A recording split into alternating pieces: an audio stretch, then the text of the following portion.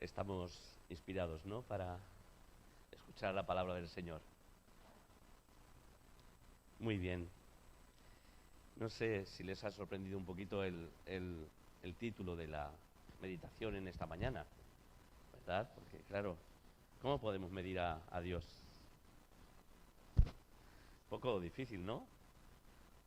No lo sé si podemos medir o no medir a Dios, pero eh, vamos a ver que sí que podemos tener una respuesta a, a esta cuestión. En realidad, hay un vídeo que yo había pensado poner, porque hoy es el día de la creación. Hoy es el día de la creación.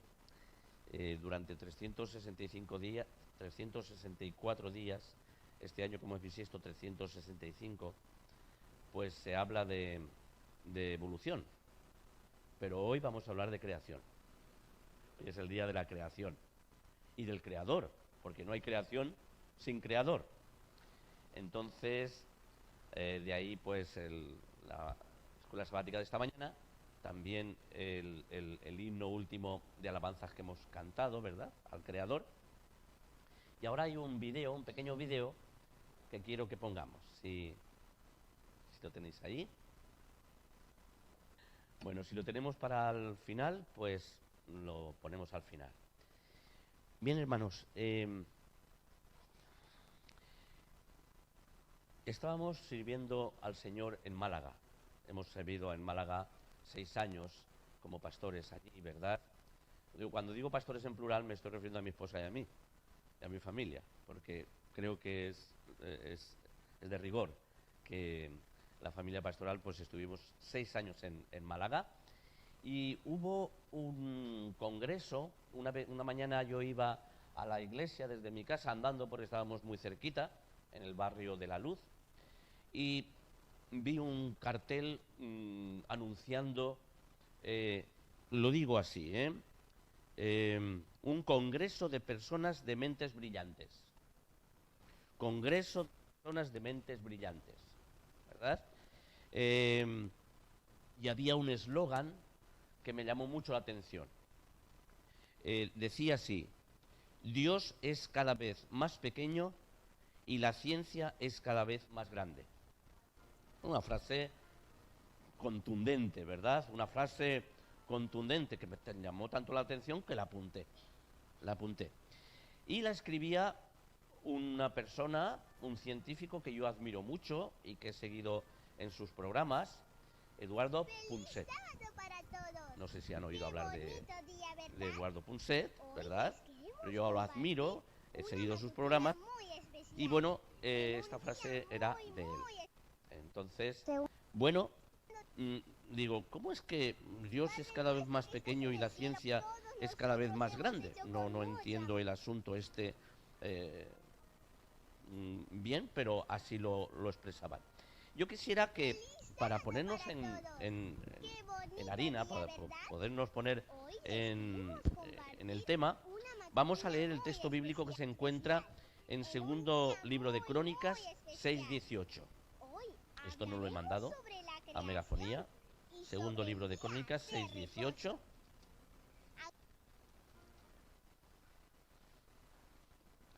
Y dice así: pero ¿es verdad que Dios habitará con el hombre en la tierra? Si los cielos y los cielos de los cielos no te pueden contener, ¿cuánto menos esta casa que he edificado? ¿Han visto el vídeo? Bueno, lo pondremos al final, sí. Bien, el autor del libro segundo de Crónicas, como también lo podemos ver en Primera de Reyes 8:27, nos dice con claridad que ni los cielos de los cielos pueden contener a Dios. O sea, es grande, ¿verdad? No sé. A la vista de este texto, ¿creen que Dios es grande o no? No les veo yo muy animados, ¿eh? ¿No? Tú sí, pero no los hermanos. ¿Creen que Dios es grande? Eso está mejor. Es que el texto bíblico es muy claro. Fíjense, lo vuelvo a leer para que no lo tenemos ahí, pero bueno. ¿Es verdad que Dios habitará con el hombre en la tierra? Si los cielos y los cielos de los cielos no te pueden contener, cuanto menos esta casa que yo he construido. Lo está hablando Salomón, cuando construyó el templo, ¿verdad? Bien, entendemos entonces que a la vista de la palabra de Dios, la Biblia, Dios es grande, Dios es muy grande. Pero no deja de ser paradójico, para mi entender, que personas que no creen en Dios lo tomen como referencia para establecer lo grande que es la ciencia. Es interesante, ¿verdad? Gente que no cree en Dios lo toma como referencia para exaltar o poner en grande la ciencia. Y yo quiero hacer algunas preguntas en esta mañana, que seguramente, como ha dicho nuestro hermano Wilson, pues nos ven hasta en Estados Unidos, no lo sé. A lo mejor nos ven en Villora también, en mi pueblo. Allí creo que no, allí no llega ni internet, no hay cobertura. Por lo menos yo no tengo cobertura cuando voy allí. Pero unas preguntas es importante hacernos. ¿En qué sentido se dice que Dios es cada vez más pequeño?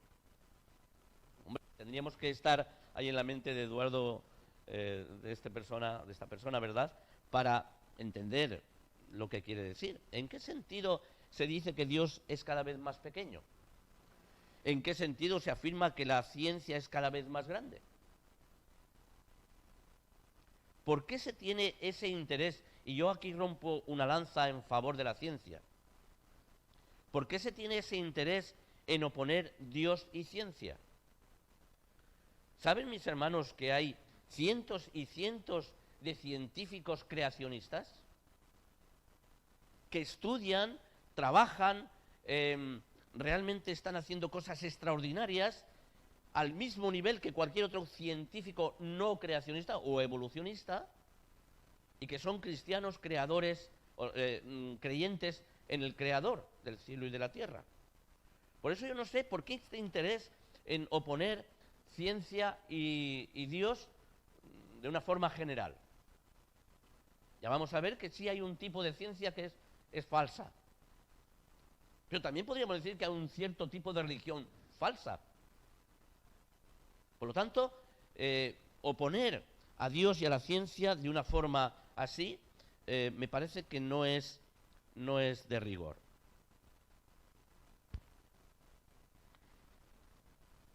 En este libro que muchos conocen, La ciencia descubre a Dios, está escrito por un científico creacionista, Ariel Roth. La ciencia descubre a Dios. Aquí, en la página 27, nos habla de algunos grandes científicos de la historia, ¿verdad?, que fueron plenamente creacionistas, es decir, creían en Dios como el creador, en sus leyes.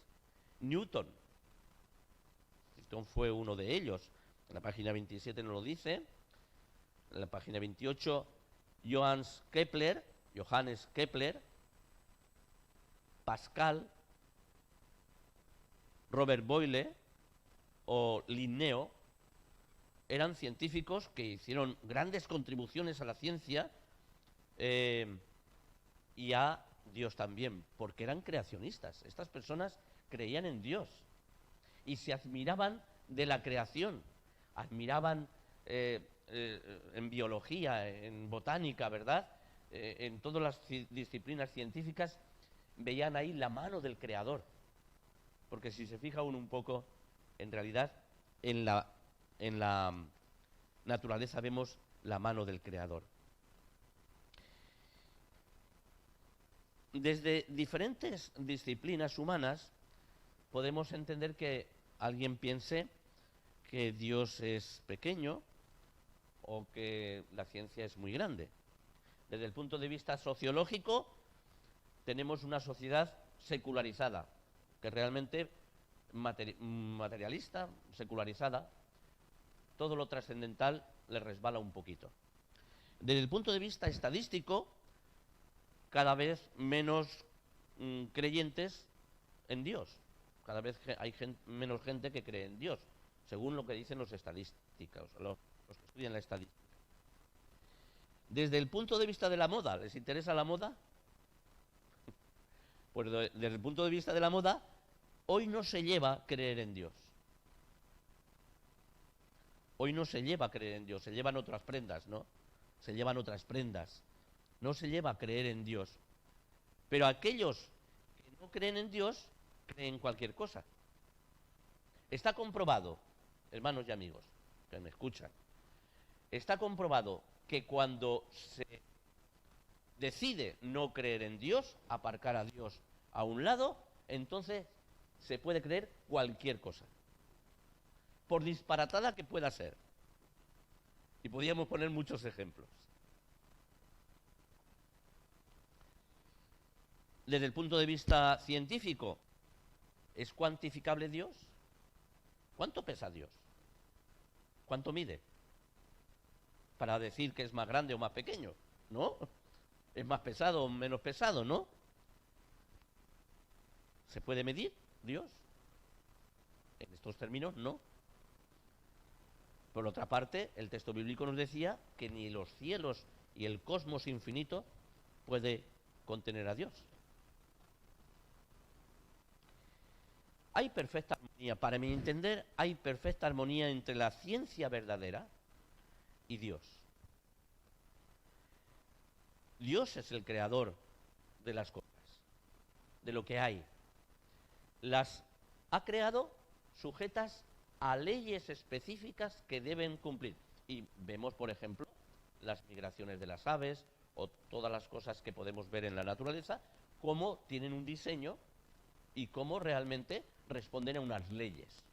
Hay personas, hay científicos, hace poco he estado leyendo un par de libros de Stephen Hawking, ¿verdad?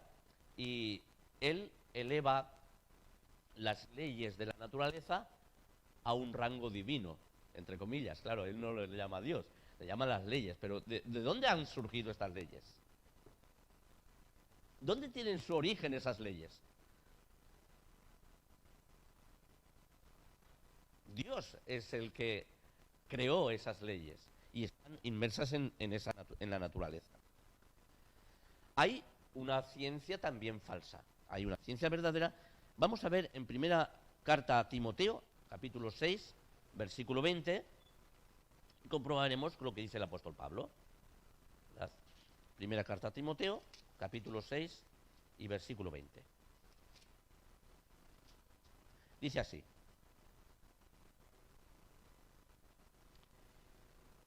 Timoteo, le dice el apóstol Pablo a Timoteo, Timoteo, guarda lo que se te ha encomendado, evitando las profanas pláticas sobre cosas huecas y los argumentos de la falsamente llamada ciencia. Bien, hay un texto bíblico aquí de que hay una ciencia falsa, ¿verdad? Hay argumentos de la falsamente llamada ciencia. Y como queremos ver un poquito más acerca de qué es esto de la falsa ciencia, pues he ido al comentario bíblico adventista y dice lo siguiente. Falsamente, esta es una palabra griega que es seudónimos, seudónimo, de ahí seudónimo. Saben que cuando alguien escribe participa en un concurso literario, ¿verdad? No pone su nombre porque tienen que leer, las personas que leen los manuscritos no tienen que saber el nombre. Ahí le dicen seudónimo, es decir, le ponen un seudónimo. Yo participé en un concurso de poesía en el Día del Amor y la Amistad, cuando estuvimos en León. No sé si te acuerdas, María José. Y yo, pues, claro, los poemas que escribíamos, quien quisiera escribir, los mandaba a quien lo tenía que leer, al jurado, ¿verdad? Pero con un seudónimo, nadie tenía que saber quién. Yo era el Conde Tollos. Conde Tollos. Tollos, sí. No, es un seudónimo. Yo ni me llamo Tollos ni conde, ni soy conde. Pero bueno, ese era mi seudónimo, quiero decir. Por cierto, que gané sí, hombre. Pues un día la mostraré. ¿Eh? Se titula Azul y Negro. Estaba dedicada a mi esposa. Claro, en el Día del Amor y la Amistad, ¿qué quieren? ¿Verdad? Claro. Muy bien. Pues seudónimo o seudónimos es falso. Es decir, es una palabra que significa falso. Lo leo para que podamos ver. Que lleva nombre falso. Pablo se refiere a los maestros que en la iglesia se daban autoridad a sí mismos. Las enseñanzas alegóricas de tales maestros sin duda podían llamarse conocimiento falsificado. Porque ciencia viene del griego gnosis o gnosis, ¿verdad? Que significa conocimiento. Gnosis significa conocimiento. Y se cree que Pablo alude a ciertas enseñanzas similares a las que más tarde surgieron con los gnósticos, que si leemos el Evangelio de Juan, nos daremos cuenta de que el Evangelio de Juan es muy distinto de los otros, pero porque se refiere en muchas ocasiones a falsas enseñanzas que estaban circulando en ese tiempo y que recogían los gnósticos. Bueno, dicho esto, el comentario bíblico adventista termina diciendo: hay dos clases de conocimiento. Conocimiento verdadero y conocimiento falso. Están las palabras también aquí en griego, pero bueno, no las voy a decir. Deben distinguirse porque uno conduce a la salvación y el otro al engaño y a la condenación. ¿Creen que es útil saber qué es el conocimiento verdadero y qué es el conocimiento falso? Si el conocimiento falso te lleva a la perdición, a la condenación, y el conocimiento verdadero te lleva a la salvación, les digo, no hay nada en el mundo más importante que dedicarse a eso, a descubrir cuál es el conocimiento verdadero. ¿Y saben quién nos puede guiar a ese conocimiento verdadero? El Espíritu Santo. Él, como dice Jesús en el Evangelio de Juan, cuando venga el Espíritu Santo, nos guiará a toda la verdad. No hablará por sí mismo, sino que hablará todo lo que oyere y os enseñará lo que habrá de venir. Es decir, el Espíritu Santo nos guía a la verdad y es el que puede enseñarnos realmente el conocimiento verdadero. Por lo tanto, hay un conocimiento, una ciencia, porque la palabra ciencia, gnosis, es conocimiento verdadero. Vamos a ver, en los pocos minutos que nos quedan, la grandeza de Dios. Les invito a buscar un par de textos bíblicos. Isaías 30:15. Vamos a leer este texto. Isaías, capítulo 30 y versículo 15.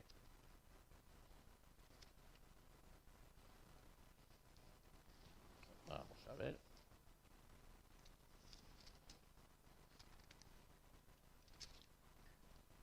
Aquí lo tenemos.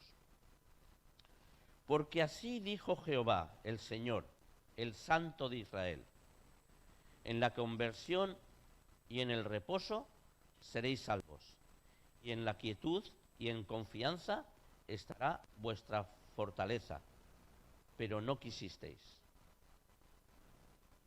30:15, ¿estoy leyendo bien? Sí, es este. En la quietud y en el reposo. En la conversión y en el reposo, en la quietud y en la confianza será vuestra fortaleza. Vamos a leer el 42, versículos 8 y 9. Capítulo 42, versículos 8 y 9. Yo Jehová, este es mi nombre, y a ningún otro daré mi gloria, ni a los ídolos mi alabanza, He aquí ya se cumplieron las cosas primeras. Yo anuncio cosas nuevas antes que salgan a la luz. Yo os las haré saber. Alabanza por la liberación poderosa de Jehová. Tengo también capítulo 44, versículos 7 y 8. Y también 45, 18. En todos estos versículos, Isaías resalta la grandeza de Dios. El conocimiento de Dios. ¿Cuánto conoce Dios? Según el versículo 48. ¿Cuánto conoce Dios? He aquí se cumplieron las cosas primeras. Yo anuncio cosas nuevas. Antes que salgan a la luz, os las haré notorias. Dios conoce todo. ¿Cuánto poder tiene Dios? Todo. Hablamos del Todopoderoso, así se expresa muchas veces en la Biblia, ¿verdad? El Todopoderoso. ¿Cuán grande es Dios? Si atendemos a los textos primeros, igualmente encontramos que los cielos y el universo no pueden contener a Dios. Y yo quiero especificar esto un poquito más. Dios es muy grande. Y en su grandeza se ha reducido al tamaño de un hombre de estatura normal. Creo que nuestro pastor Javier Moliner es demasiado alto para la media de Jesús. Jesús estaría entre yo, tampoco tan bajo, ¿verdad? Pero hay un término medio, ¿no? Más o menos.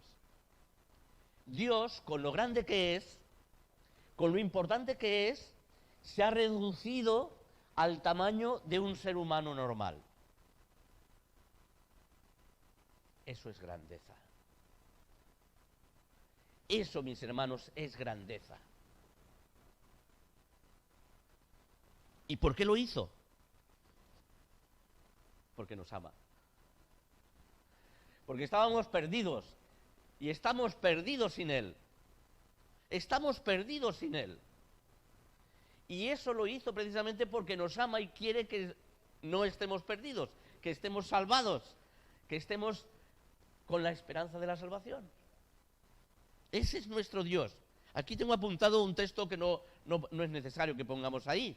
Porque de tal manera amó Dios al mundo, que ha dado a su Hijo. Ahí está Dios, hecho hombre, encerrándose en la cápsula de un ser humano normal. ¿Para qué? Para salvarnos, para darnos salvación. Esta es la grandeza de nuestro Dios. Este es nuestro Dios. En realidad es algo mucho más grande esta humillación que la mayor exaltación de la falsamente llamada ciencia. Concluimos. Dios no es más pequeño porque crea en él menos gente. ¿Qué creen que si hubiese en el mundo solamente, en los 7.000 millones de habitantes que hay en el mundo, solamente uno que creyera en Dios? ¿Por eso es más pequeño Dios? No, eso no altera para nada su tamaño, entre comillas, su tamaño. Dios no es más grande tampoco porque crea en él más gente. Como cuando digo yo en algún estudio bíblico, oye, tú tienes ahí un tarro con sal. No importa que mucha gente crea que no es sal, que es azúcar. La sal seguirá siendo sal. Imaginaos que ese tarro de sal, uno solamente cree que es sal y 100 millones de personas creen que es azúcar. ¿Cambiará eso la naturaleza de la sal? No. Por otra parte, tampoco Dios es independientemente del número de gente que crea en él. Tampoco es mayor o menor porque haya voces que lo quieran medir. Medir entre comillas, quiero decir, claro. La Biblia nos habla de Dios, el cual no puede contenerlo ni aún el universo infinito. Y utilizo la palabra infinito, este calificativo, de forma, bueno, con intención. Porque algunos de los que no creen en Dios, indican que el universo es infinito. Entre otras cosas porque no se ha podido medir todavía el final del universo. Bien, infinito.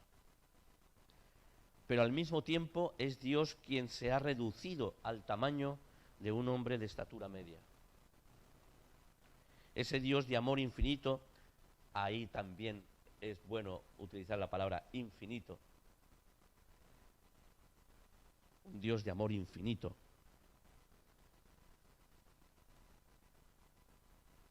Nos reclama confianza y compromiso. Ese Dios que nosotros amamos, que consideramos grande o de una grandeza inigualable, nos reclama compromiso. Nos reclama compromiso. Porque entre otras cosas, ¿de qué sirve que el Señor te ame hasta el infinito y más allá si no le haces caso? Si te apartas de Él, si te quedas al margen de su influencia, ¿de qué sirve? ¿De qué sirve para ti, concretamente? Claro que sirve, pero es importante que nosotros, cada uno de nosotros, y de todos los seres humanos a los que podamos también hablar, que puedan considerar la ventaja extraordinaria de creer en Dios, de tenerlo como Padre, como Salvador, como Creador, como amigo, como Redentor, de tenerlo como lo que es. ¿Qué tamaño tiene Dios en tu vida? Esta es la pregunta, quizás más importante. ¿Qué tamaño tiene Dios en tu vida? ¿Hasta qué punto le das importancia a Dios en tu vida? Creo que esto es muy relevante, ¿verdad? ¿Es quien ocupa todo tu corazón, tus pensamientos? ¿Es quien ocupa tus negocios, tu trabajo, tu familia, tu todo? ¿Verdad? Porque se puede enhebrar, y esta es una palabra que saben muy bien las personas que saben coser, ¿no? Por enhebrar. Dios sabe enhebrar muy bien su vida, todo lo que Él es en tu vida. O quizás es Dios nada más un apéndice sabático en tu vida. Quiero que reflexionemos sobre esto, que es muy importante. Es muy bueno estar aquí, es muy bueno adorar al Señor, pero el resto de la semana también. El resto de la semana también. ¿Sí? Yo deseo que Dios sea todo en todos nosotros. Nuestra vida convertida y transformada por Dios es el argumento más poderoso a favor de la grandeza de Dios. Y un argumento que no pueden rebatir ni ateos ni agnósticos. Tu testimonio de tu fe en Dios no la puede rebatir nadie, porque es tu experiencia personal, es tu fe. Que Dios nos ayude a tener este tipo de fe y de confianza en nuestro Dios maravilloso. Amén.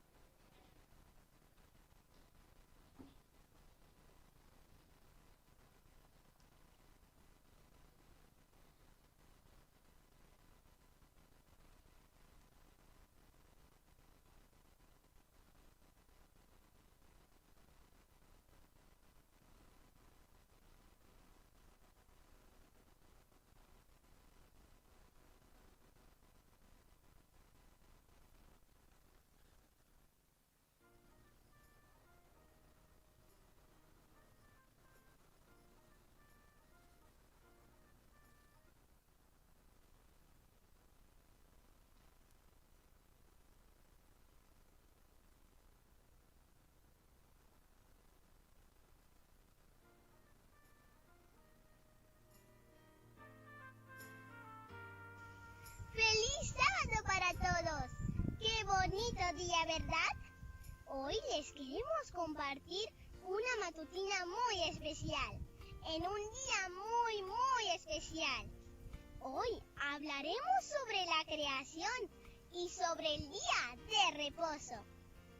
A continuación, escucharemos los versículos, porque cada uno de los versículos que escucharemos nos hablarán de un día de la creación. Dijo Dios, haya luz, y hubo luz. Génesis 1:3. En la Biblia leemos: quita el firmamento en medio de las aguas y que las separe. Génesis 1, versículo 6. Produjo pues la tierra hierba verde, hierba que da semilla según su naturaleza, árbol que da fruto cuya semilla está en él según su especie, y vio Dios que era bueno. Génesis 1:12.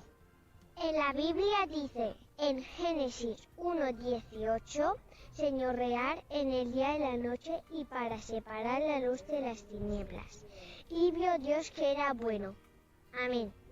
La palabra de Dios en Génesis capítulo 1, versículo 20-21 dice lo siguiente: dijo Dios, produzcan las aguas seres vivientes y aves que vuelen sobre la tierra, en el firmamento de los cielos.